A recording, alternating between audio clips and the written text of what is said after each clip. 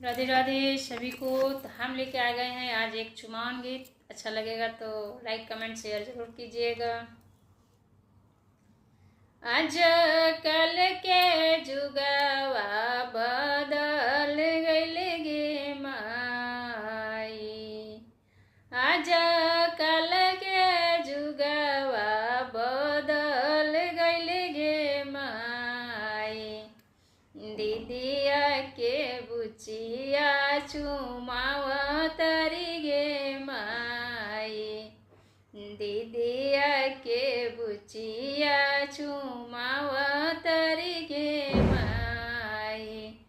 आज कल के जुगवा बदल गइल गे माई।